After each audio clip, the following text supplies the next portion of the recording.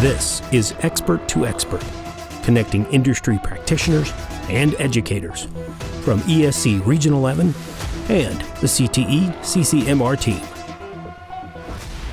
Hello and welcome. I'm Lisa Harrison, and this is my colleague, Chelsea Reeves. We're really excited to have created this new space to be able to bridge together and share with our industry partners and our educators to be able to have a place to come together and gather information on both sides.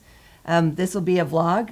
You're going to get to see us regularly as we bring together experts from the field of industry and highlight what's going on in industry and that pipeline to careers and those important skills that are needed as our students were to leave our education field and move into the world of work. We are also going to be able to highlight and look at the best of what's happening in our school districts and be able to showcase our career and technical education programs. And we really don't want to leave out what's so important to us is the students and the student voice. And we're going to be able to highlight with you some of the great work that our students are doing from both our recent graduates who have utilized career and technical education as the vehicle to enter industry, and to our current students and who are doing wonderful things in the classroom. Let's talk a little bit about who we are. I am the administrative coach for CCMR and CTE at the Education Service Center here in Region 11. Region 11 is comprised of 10 counties. We are a big space here on the west side of the Fort Worth Metroplex. Within those 10 counties, my serving our districts and helping them with CCMR, we start to get into that lingo that not everybody is common with.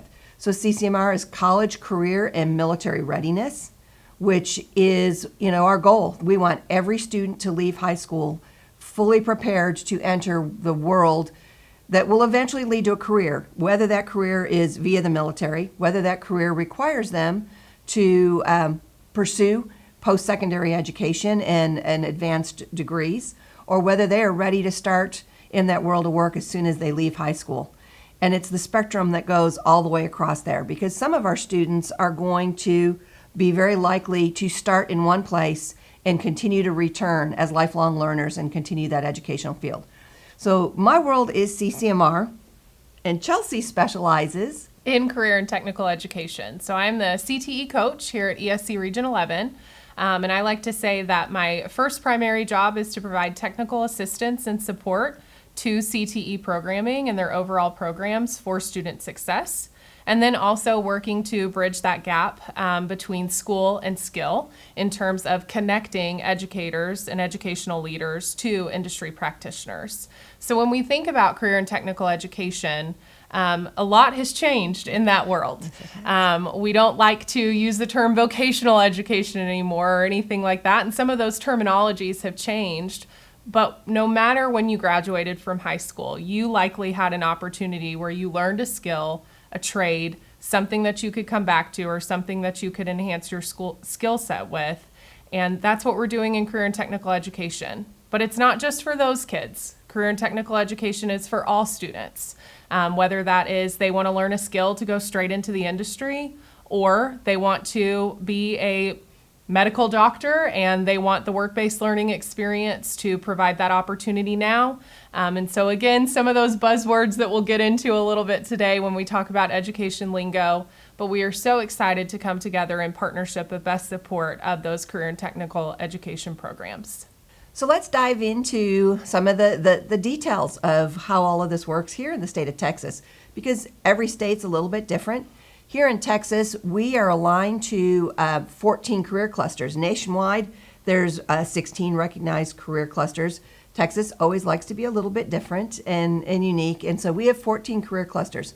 And within those career clusters, Texas, or the Texas Education Agency specifically, who is the oversight for schools in the state of Texas, has created programs of study, statewide programs of study that align the coursework that happens for our students in our programs that will go to each of those different career clusters.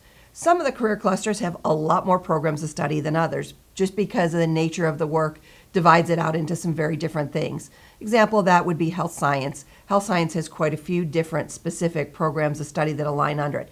But all of them are aligning that, generalized skill becoming more specific as you move up from starting at a principles level course for your students and moving through their high school career and getting into more and more advanced, closer to that world of work, and including being able to enter and, kind of dabble in that world of work and practice those skills.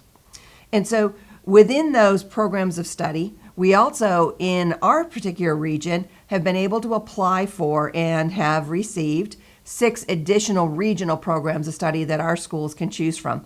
And we're able to do that because they tie to the needs for labor in our local market. We have to be able to justify those and get those through an approval process, including being aligned to our post-secondary partners and having industry support for those.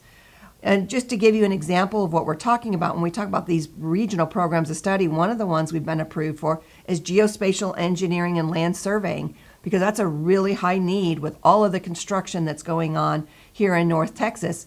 That was a need, and we were able to justify getting that approved. So your schools get to choose what they're able to offer based on, student interest and what is needed in your local community. I'm going to let Chelsea go on and tell you a little bit about some of the things that our students are earning by being in these programs of study. Another education lingo buzzword that you'll hear a lot is industry-based certifications, or as we refer to it as IBCs. So when we think about industry-based certifications, we know and understand that these IBCs are earned within students' programs of study. And so through their coursework, through their hands-on learning experiences and work-based learning experiences, they are learning those skills in order to showcase their talents and earn something that is aligned to high skill, high wage, in-demand careers. These are also transferable. They go through a 2-year review process through the state, and there are over 200 industry-based certifications that students can earn from each and every program of study offered in the state of Texas. In addition to graduating with a high school diploma, we want to ensure in career and technical education programming that students have something tangible that showcases their work and makes them a more hireable, qualified candidate entering into the workforce, and allows them to showcase their skills and efforts that they've learned in the classroom. Students also have the ability to earn industry-based certifications through all courses in career and technical education that are aligned to industry-based certifications, including advanced academics. So when we talk about students earning things in their high school career, advanced academics is one of them. We have many students across our region that are earning associate's degrees or additional course credits to enroll into the workforce or to go into a dual credit program, a community college, or enter into a traditional 4-year university system. But through earning opportunities like industry-based certifications or advanced academics credentials, our career and technical education students are going above and beyond and earning incredible, tangible things that they can take with them upon graduation. So Chelsea, when you talk about these advanced academics, there's some of these things that you see the buzzwords thrown out called PTECs and ECHSs or early college high schools. Can you tell us a little bit about what we mean by that? Sure. So a PTEC is an opportunity through a dual credit entity and a school system that the opportunity to earn not only industry-based certifications, complete a program of study, but the opportunity to earn an associate's degree before graduating from high school. A really incredible opportunity that many of our school districts take part in. It's an established program. Then when we talk about the early college high school framework, same sort of opportunity, just a different framework of requirements and responsibilities. And then we have school districts that don't offer a PTEC nor an early college high school model. However, they have students through their dual credit partnerships in their local communities and local post-secondary partners or college institutions that they're allowing students the opportunity to earn those college credit hours towards graduation. This is so exciting that kids get to be able to do this now, but in addition to this being what's great for students, it is also what schools need to be offering. It's good for schools. So we have something in the state of Texas called A through F accountability. School districts receive basically a report card rating that is open to the public. And there are different requirements and components to that. One of those is CCMR, that College Career and Military Readiness. And your students need to have earned one of a list of potential credentials that are going to say that that student is leaving high school CCMR ready. They really are ready to go into whatever they're planning to pursue, and that's their decision. They, have through career exploration, which we'll talk about more, they have, aligned what they're doing while they're in their K-12 program to what they want life to look like afterwards, and to get them there. But when the schools are getting their A through F accountability rating, one of the ways they're doing that is by having earned those industry-based certifications, having been successful in college dual credit programs, having already earned an associate's degree. We have students that earn their associate's degree actually before they have their high school diploma. They cross stage at one before they even have completely finished at the other. And that's happening all across the region. And it's just amazing, the opportunities that now exist. Okay, ready for another acronym? Yes, ma'am. LMI, labor market information. So when we talk about labor market information, and we've mentioned aligning programs of study and industry-based certifications to high skill, high wage, what's determining that? Especially when we look at our regional programs of study. Labor market information is one of the most important tools and resources and assets that CTE programs and CTE leadership can leverage to enhance their CTE programming. Because we're not just offering courses for fun, we're offering courses that are making an impact in our local communities, in our North Central Texas area region, and labor market information and alignment allows us to do that. So in partnership with the Texas Workforce Commission and with local data and entities, we are able to better align career and technical education programming to the true needs in communities. So just know that yes, students are learning a passion, they're learning a skill, but more importantly, they're preparing now for jobs in the future in and around their areas. And that alignment has just been amazing. We also find it really important that it not just come from the state level, the state looking at data, but it come from our industry partners. One of the great ways that we have found to do that is to build those relationships and to be talking directly to them, and to build that connection between our industry partners and our districts, that they need to do that. We really kind of see ourselves as that conduit that brings all of this together. We live in that space kind of in between all of these worlds, between the Workforce Commission, between what the state expects coming from TEA, what our districts needs, and what our industry partners need for a future workforce, and to have students that are school to skill ready, that they are going to leave school with the actual skills in place, already prepared for, already practiced, and maybe even already certified in those IBCs and ready to go. One of the ways we've gone about doing this is we have built a region-wide industry advisory board here in Region 11. And we have great, fabulous industry partners who are engaging in this. They're meeting with us and they're connecting with our school districts. They present with them and to them, and provide information back when we have questions, that are asked maybe what's the most needed in a particular thing. If I've got 3 teachers that are all teaching architecture and they differ on their ideas on how that can be done, industry can be the people where we can go to for the source of, really the best way to do that if you were going to come into the field now is to start here and to move to this next level.